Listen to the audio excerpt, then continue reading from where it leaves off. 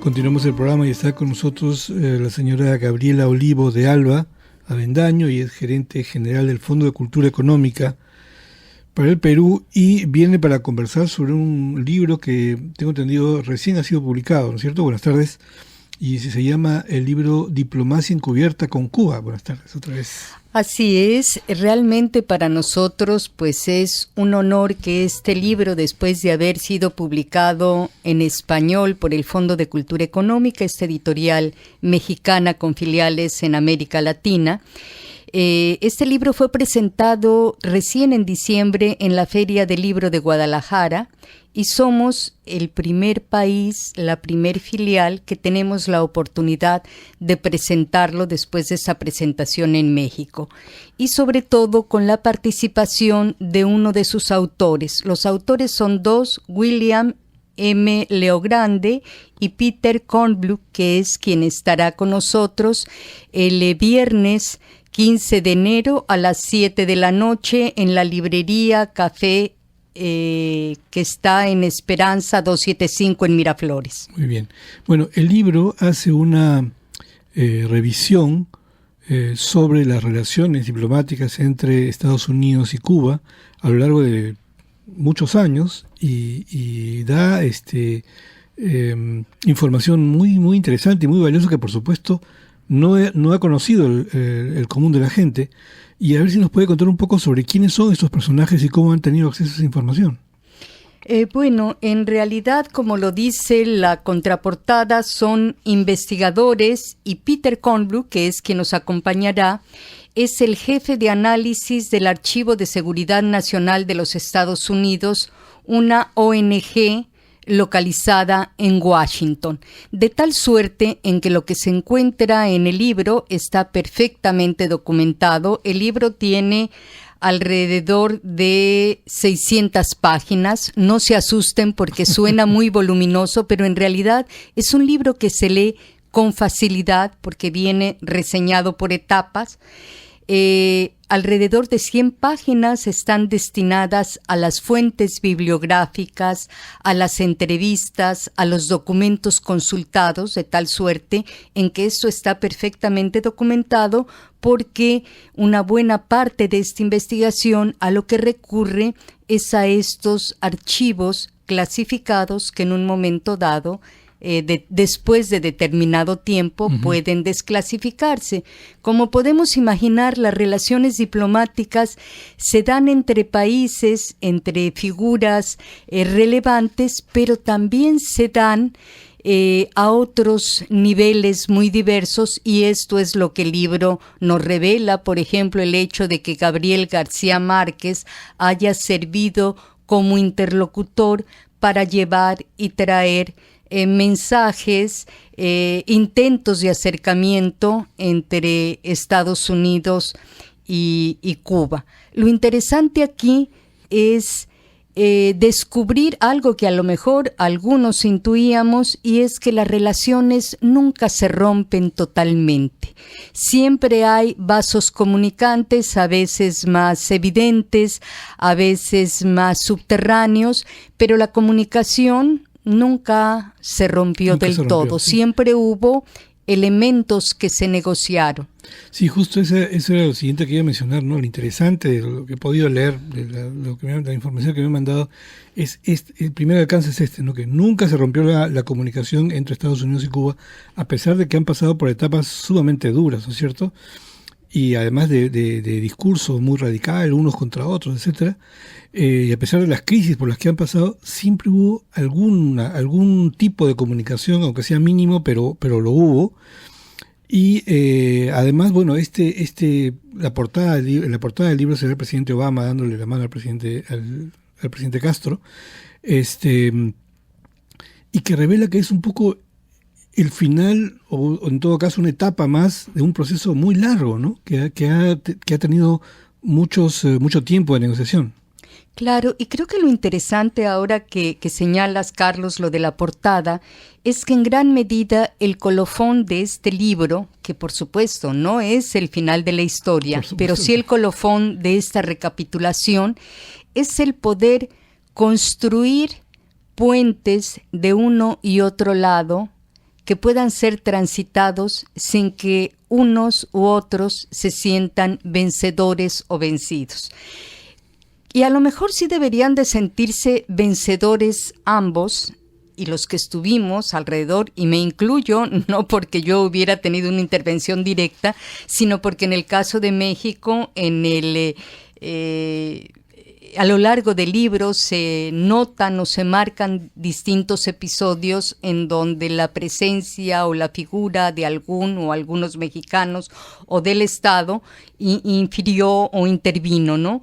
De alguna manera, sí hay un vencer en el sentido de poder transparentar un diálogo que de suyo, a pesar de las diferencias y de las interrupciones, lo hubo, y también evidenciar estas otras historias más pequeñas, más personales. Por ejemplo, hay un capítulo que se llama Diplomacia cigüeña y habla del momento en que hubo la intención de un intercambio de prisioneros que no acababa de concretarse.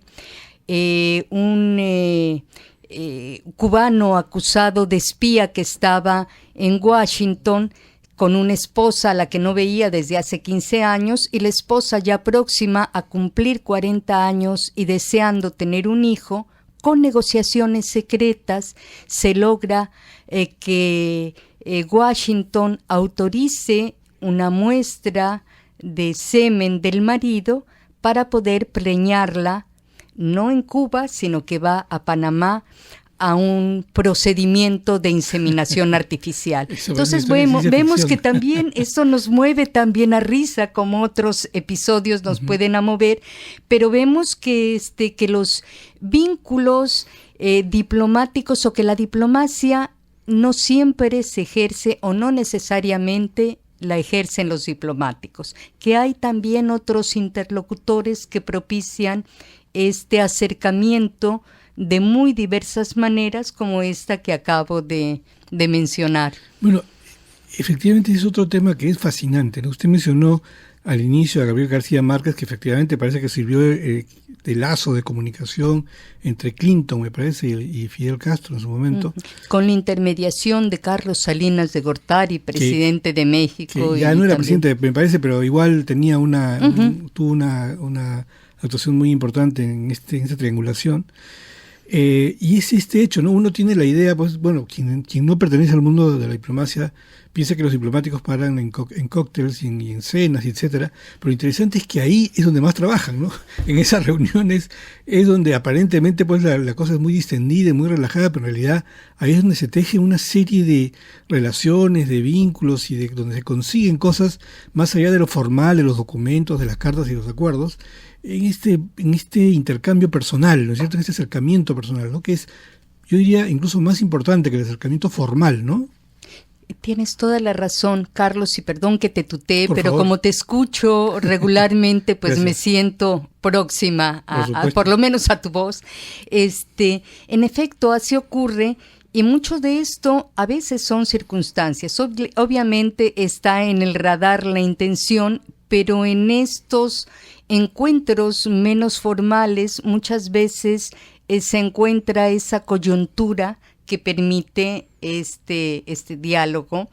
Hay algo que también me llama la atención y no puedo dejar de mencionarlo porque, desde la entrada en la introducción, a mí como mexicana, y habiendo también participado y habiendo sido diplomática algunos años, se me vino abajo, o a lo mejor solamente a medias, un gran mito de nuestra diplomacia o de nuestro ejercicio diplomático, y es el que México durante décadas se sintió muy orgulloso de cómo ejercía su diplomacia o sus relaciones exteriores e internacionales, y cómo tenía esta capacidad de fijar posiciones en momentos particularmente delicados. Por ejemplo, en los 60s, cuando hubo la ruptura de relaciones diplomáticas de un buen número de países por una determinación, México dijo: yo no rompo relaciones diplomáticas. Ahora este libro nos revela que no fue solamente la voluntad o la posición de México, sino la anuencia de otros países, entre ellos los Estados Unidos y Brasil, de decir, sí, conviene que México no rompa relaciones. Pero más allá de esa circunstancia de si nos dieron permiso o no de romperlas, en el imaginario subsiste una idea de que uno debe de ser capaz de mantener una posición cuando siente que esta posición es la correcta, aún a contrapelo de una opinión generalizada distinta, ¿no? Entonces, creo que este libro tiene esa virtud de tejerse en varios niveles, a pesar de ser un libro muy bien documentado, y justamente es uno de sus grandes valores, pero no está escrito en un lenguaje inaccesible o docto. Todo lo contrario, y bueno, ahora sí que me hago eco de lo que dice el prologuista, es un libro que como en un buen ron añejo hay que degustarlo y leerlo con calma y con pausas. Claro, porque no es solamente vinculado a una etapa de la historia, sino es a muchos años de historia y a muchos momentos críticos y no tan críticos por los que ha pasado la relación entre Cuba y Estados Unidos, ¿no es cierto? Exactamente. Muchos años de relación. Pues muchos años, todos estos años de Guerra Fría, de la alejamiento ya de la Unión Soviética, sin que ésta ejerciera este papel tan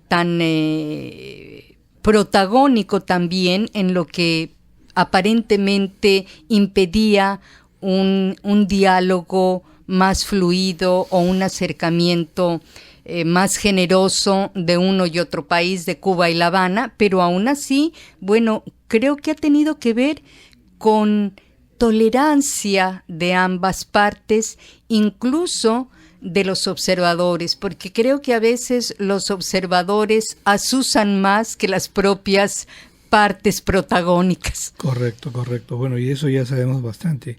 Ahora, ¿cuál es el punto de partida? Hay un punto, ¿en qué punto de la historia comienza la información que brinda el libro? Porque, por ejemplo, podría ser cuando llega Castro al poder, o cuando la crisis de los balseros, o Mariel, o la invasión de Bayacochinos. De hecho, es inmediato porque, inmediato al triunfo de la revolución y la toma de posesión, porque esto sí tiene un orden cronológico. Correcto, claro. De tal suerte en que uno puede incluso elegir qué parte, si leerlo de manera cronológica o leer apartados que creemos pueden tener este tipo de anécdotas como las dos que acabamos de mencionar. Pero bueno, creo que a lo mejor el punto de partida tendría o podría ser incluso una lectura de atrás para adelante. A lo mejor el punto de partida podría ser, y sobre todo para los jóvenes, bueno, ¿por qué resulta tan relevante el ver estas manos públicamente estrechándose, como aparecen en la portada del libro, entre Obama y Raúl Castro? Entonces creo que pues sí, es un libro que permite distintas formas de lectura o de abordar cuál sería ese punto de partida. Y bueno, lo más interesante, reitero, es que puedan acompañarnos en esta presentación, en donde habrá, aparte de uno de los autores, Peter Kornblum, como ya lo he mencionado, Oscar Vidarte y Farid Kahat, que son los que van a comentar, dos de los internacionalistas y comentaristas de política internacional, pues más destacados, más connotados en el Perú.